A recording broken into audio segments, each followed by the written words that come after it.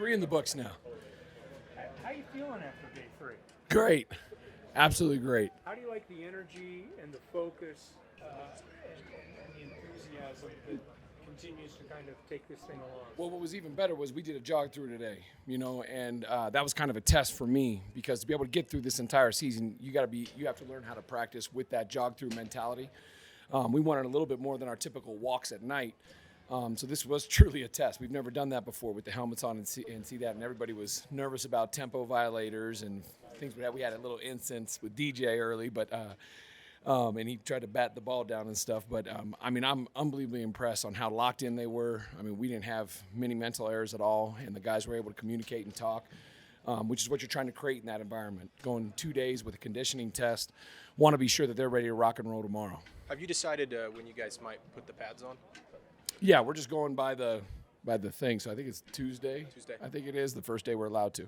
Was it mandated for jog through today, or No, sir. You just Nope. decided to back Yeah, the guys off, freshen them my up? philosophy has always been, and I learned this from while I was at Green Bay. I thought it was awesome. Was it's always about that 3-day thing, 3 days where all kinds of bad stuff happens.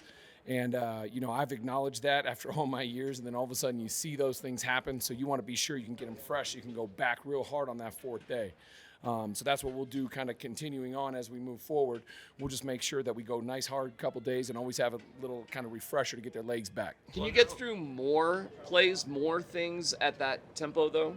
Way more. The last period, that's probably the most reps we've gotten since we've been out here.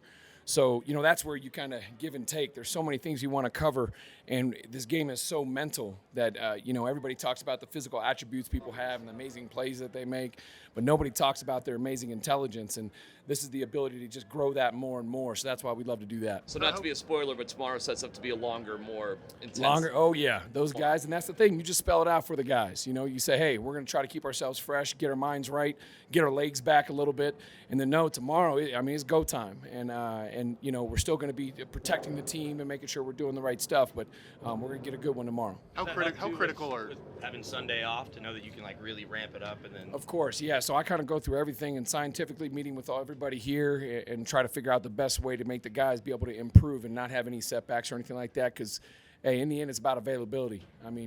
You want the whole year. You want all the guys that we need. So I want to be sure they're doing everything the right way and learning how to take care of their bodies. I think that's always a big thing when young guys come in. Even some veterans, they need to learn how every day to take care of their bodies. How critical are tight ends in this offensive system? I think it's always first about we want to get the best 11 out there, and then we want to always have as much mix as we possibly can. So when you have a bunch of good tight ends that can do a lot of different things, it makes you very, very multiple. I think that's the fun thing. I remember when I was younger watching the New England Patriots when they had those 2 tight ends. They were in the backfield. They were all over. They were split out. The Niners use a lot of stuff with juice and things like that. So it's really about having multiple kinds of players that can do a lot of different things. So it just kind of creates some unique characteristics to your offense. How long does it take for a rookie to figure out how to take care of their body? You hope faster than longer, but every guy's different. You can't sit here and say that there's an actual specific time. I think it's as long as a coach you emphasize it, you tell them how important it is, because everybody always talks about that rookie wall. If I had a nickel for every time you saw that, I'd be good. But so it's just about teaching them, letting them know about the mental game, understanding that it is not that short college season. It's day in, day out with people that are really, really good. So it's something that we talk about a lot because, again, we talk about that December football, getting to the playoffs, playing at a high level. And obviously we always want to start good and we want to be great all the time. But, that's when you got to be feeling the best. Coach, what did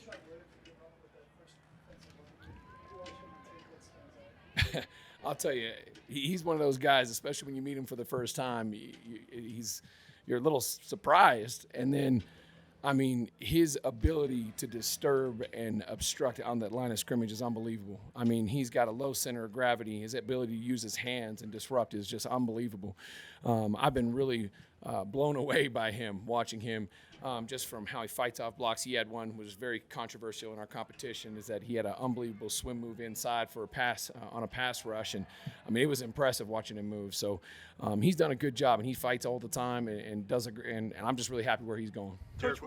Derek Wolfe announced his retirement today. Do you have any memories of going against him as a coach and then It was nice having him out here around the team today. Oh, it's great. I love when anybody that's been playing in this league, especially, for the Denver Broncos and stuff is around. I mean, we got Steve Atwater here, which I still get tingles every time I see him. I'm afraid he's going to hit me.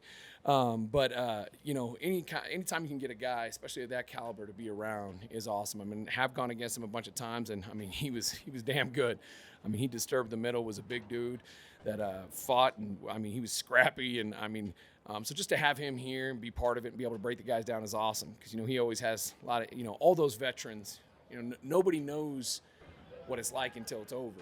So it's always great to hear from the player.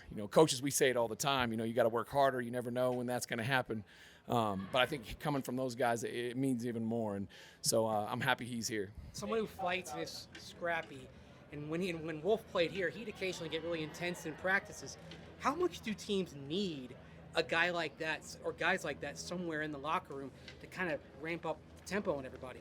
Yeah, I think every locker room's different. I mean, it all just depends. I mean, sometimes, as a coach, you always say you'd love to have a whole bunch of them, but you just got to make sure everybody's got that controlled aggression. But I mean, this game is very aggressive, and I would like to say that all the guys are going to be nasty out there and scrappy, and I'm excited to see them all go out there too.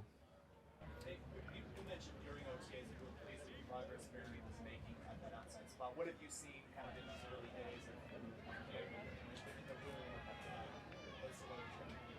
Yeah, he's done a good job. He had a couple good plays yesterday that I think really stood out, a couple up and unders and things like that, and being able to play off the tackle. So I think he's doing a fine job. I'm excited to see him continue to develop.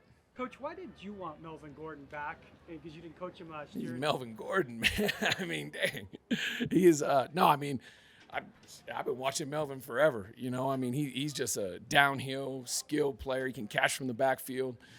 Pass protect, I mean, all those things, he's always been really good. And just getting to know him now, I'm even more happy that he's here, because everything that I had witnessed was just off tape, watching him run for all those yards, run people over, utilize speed.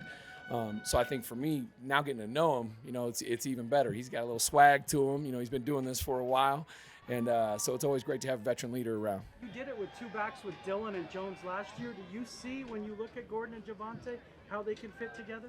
I mean, I wish we could have, a bunch of footballs out there and give it to all kinds of people. It's not just about one guy. We want them to be able to cover everybody. We want to be able to use multiple people.